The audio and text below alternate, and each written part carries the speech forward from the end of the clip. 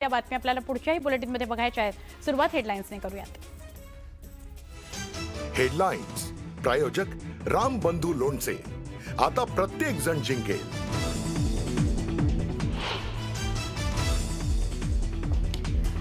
महापालिका निवडणुकीचा आढावा घेण्याकरता राज्य निवडणूक आयोगानं बोलावली सगळ्या पालिका आयुक्तांची बैठक। बैठकीमध्ये मतदार याद्यांबाबत घेतला जाणार आढावा, तर हिवाळी अधिवेशन संपताच निवडणुकीची घोषणा केली जाण्याची शक्यता।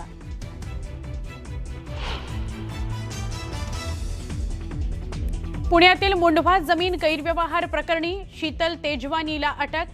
पॉवर ऑफ अटॉर्नीचा गैरवापर केल्याचा आरोप। प्रमुख सूत्रधाराला अटक करण्याची अंजली दमानिया यांची मागणी।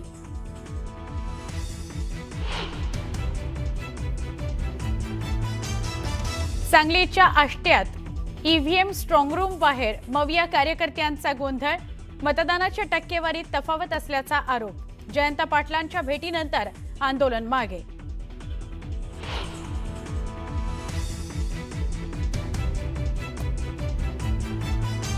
केंद्रीय कृषी मंत्र्यांचं लोकसभेमध्ये उत्तर। महाराष्ट्र सरकारनं अतिवृष्टीबाबतचा प्रस्ताव पाठवलेला आहे। 27 तारखेला मदतीबाबत प्रस्ताव पाठवल्याची माहिती।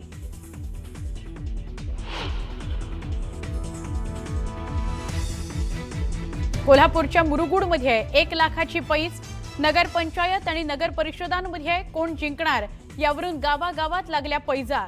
व्हिडिओ सोशल मीडियावर व्हायरल।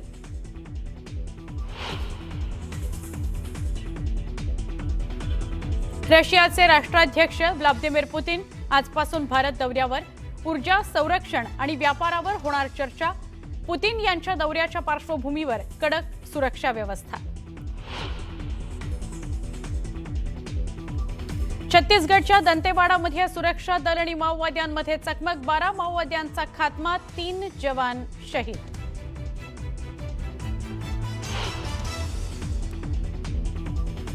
सात विमानतळांवरच्या इंडिगोच्या 200 पेक्षा जास्त फ्लाइट्स रद्द।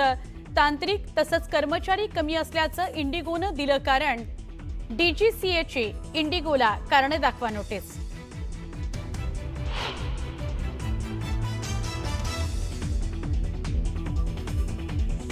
दुसऱ्या एकदिवसीय सामन्यात भारताचा दक्षिण आफ्रिकेनं केला 4 गडी राखून पराभव। कोहली आणि गायकवाडची शतकी खेळी व्यर्थ।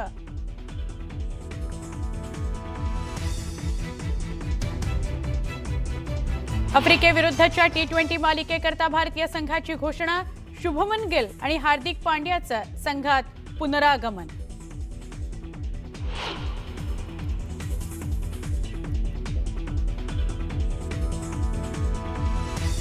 राज्यभरात आज दत्त जयंतीचा उत्साह। दत्त जयंतीनिमित्त अक्कलकोट नगरी भाविकांनी फुलली। दर्शनाकरता भाविकांची पहाटेपासूनच गर्दी।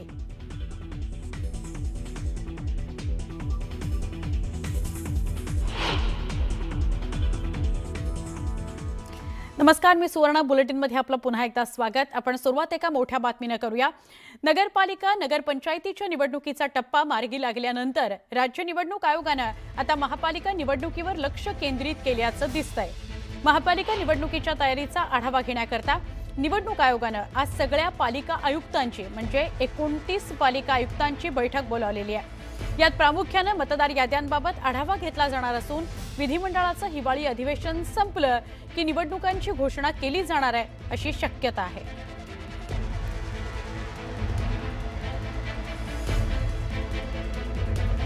राज्यात दुबार मतदारांचा मुद्दा गाजतोय। मुंबई महापालिका निवडणुकीसाठीच्या मतदार यादी संदर्भात धक्कादायक माहिती समोर आली आहे। मुंबईच्या मतदार यादीमध्ये दुबारच नव्हे 4 व्यक्तींची नावं तब्बल 103 वेळा आलेली आहेत। मुंबईमध्ये तब्बल 4,33,000 व्यक्तींची नावं मतदार म्हणून एकापेक्षा अधिक वेळा नोंदवली गेलेली आहेत। 4,33,000 व्यक्तींची नावं वारंवार नोंदवली गेल्यानं अशा डुप्लिकेट मतदारांची संख्या मुंबई महापालिकेच्या अंतर्गत किती आहे माहिती आहे? 11 लाख इतके। त्यामुळे हा धक्कादायक आकडा आहे। मुंबईत दुबार मतदारांचं पेव फुटलंय की काय असं म्हणायला वाव आहे। पाहताना आपण एक तर प्राथम्याने त्याचा फोटो चेक करतो, ज्या विभागामध्ये त्याचं नाव आलेलं आहे त्याच विभागामध्ये त्याचा फोटो, त्याचबरोबर इतर विभागांमध्ये ज्या ज्या ठिकाणी त्याचं नाव आलेलं आहे तर त्याचा फोटो चेक करून ती व्यक्ती एकच आहे का व्यक्ती वेगवेगळ्या आहेत याबद्दल आपण खात्री करतो. आणि ज्या ठिकाणी दोन्ही फोटो सेम असतील किंवा सर्व ठिकाणी त्याचे फोटो सेम असतील त्या ठिकाणी आपण गृहभेटीद्वारे त्यांच्याकडून ॲनेक्शन 1 बनवून घेतो. दरम्यान दुबार मतदारांच्या मुद्द्यावरून आदित्य ठाकरेंनी निवडणूक आयोगावर टीका केली. निवडणूक यंत्रणेत साधारणपणे 5,86,000 लोक युनिक लोकांचे नावं दुबार तिबार 5 वेळा 6 वेळा आलेत, म्हणून मुंबई महानगरपालिकेच्या यादीमध्ये 14 लाख वेळा दाखवले संभाव्य दुबार. पण ह्याच्या पलीकडेही जाऊन प्रत्येक शाखेत जेव्हा मी जातोय तेव्हा मला लोकांकडून कळतो एक फीडबॅक, काही काही असे आहेत संभाव्य दुबार जसं मी दाखवलं जे खरोखर दुबार नाही आहेत, कॉमन नावे म्हणून संभाव्य दुबारमध्ये टाकले. पण काही काही दुबार आलेत त्यांच्या नावासमोर स्टारच नाही आहे, त्यांना दुबार म्हणून ओळखलंच नाही आहे. मग ही तुम्ही आळस म्हणून असं केलंय की थट्टा म्हणून असं केलंय की प्लॅनिंगने असं केलं तुम्ही? आता गावाकडच्या 50 बातम्या.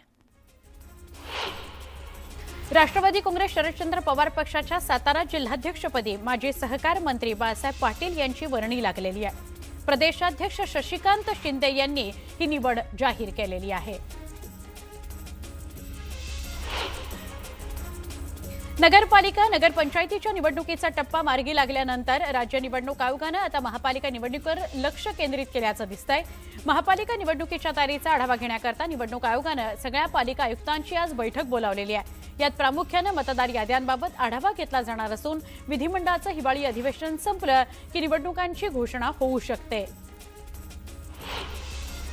मुंबई महापालिका निवडणुकीसाठीच्या मतदार यादी संदर्भात धक्कादायक माहिती समोर आली आहे. मुंबईच्या मतदार यादीमध्ये दुबारच नव्हे तर 103 वेळा 4 व्यक्तींची नावं आहेत.